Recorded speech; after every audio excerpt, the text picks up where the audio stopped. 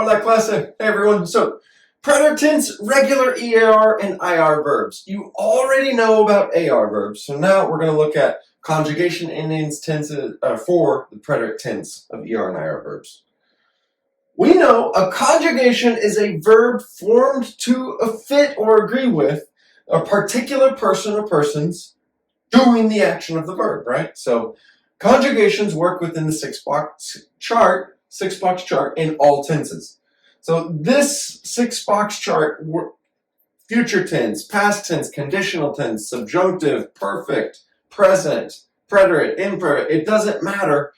It always works. So, yo, tú, él, ella, usted, nosotros, nosotras, ellos, ellas, ustedes. If you don't have that memorized within the chart yourself in your head, conjugating verbs becomes really difficult. You've got to have this memorized.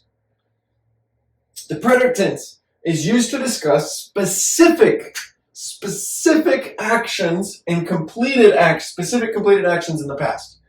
The preterite tense is not used to discuss habitual actions, like things that happen over and over, repeated actions in the past. And it is not used to discuss ongoing actions in the past, like, oh, I was so tired. That I was tired, that is ongoing. No. Completed specific actions in the past. That's the preterite. So what does that mean? Completed events with a clear beginning or clear end, right? So I crashed the car. You can't just keep crashing. The crash doesn't just occur ongoing or repeated. It's an event. I crashed the car. Bummer. They won the game. The game is over. There was a winner. So the beginnings and ends or a specific part of an event, right? So a particular event within a greater thing. It began to rain. It didn't continue to begin, right? It began. It started to rain. Okay? The tournament finished terribly. The tournament, well, there's a lot of games, right? It was a thing that existed over time.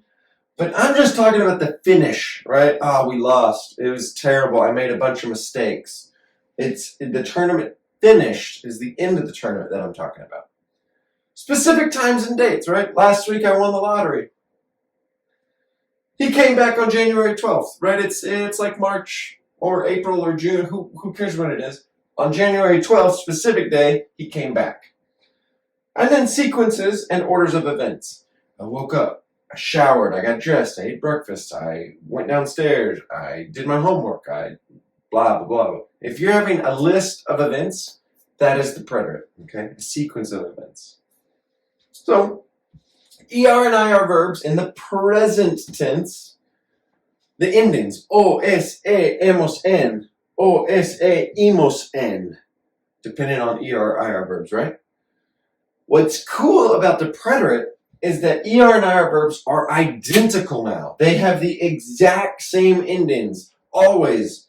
Moving forward, right, now that we've left the present tense, if you're in the preterite, the imperfect, conditional, subjunctive, the perfect, doesn't matter. ER and IR verbs are always going to be grouped together and they receive the same conjugation endings every time. So, iste, yo, imos, vieron.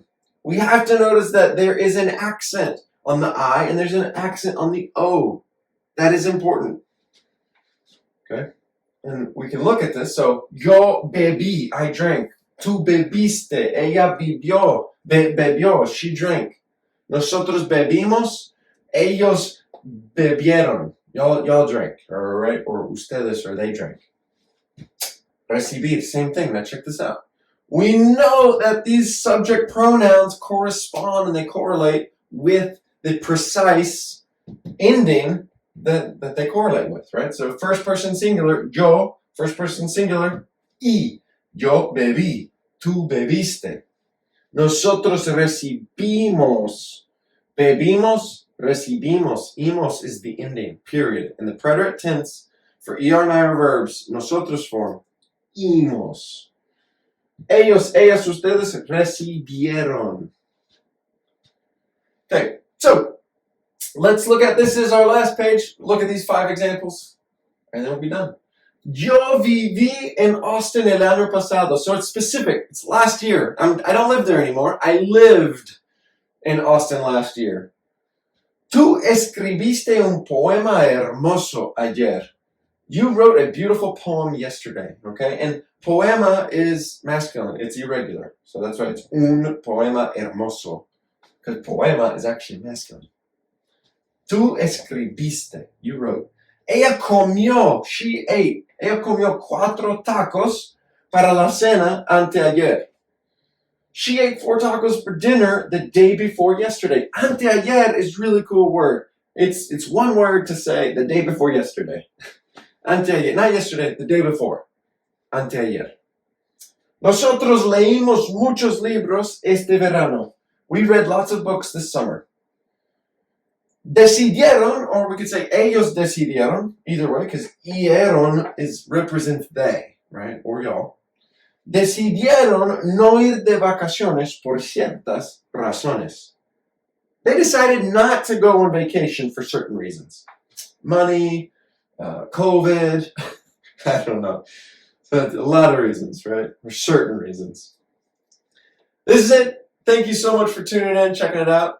Let us know how we can help. We'll be happy to do so.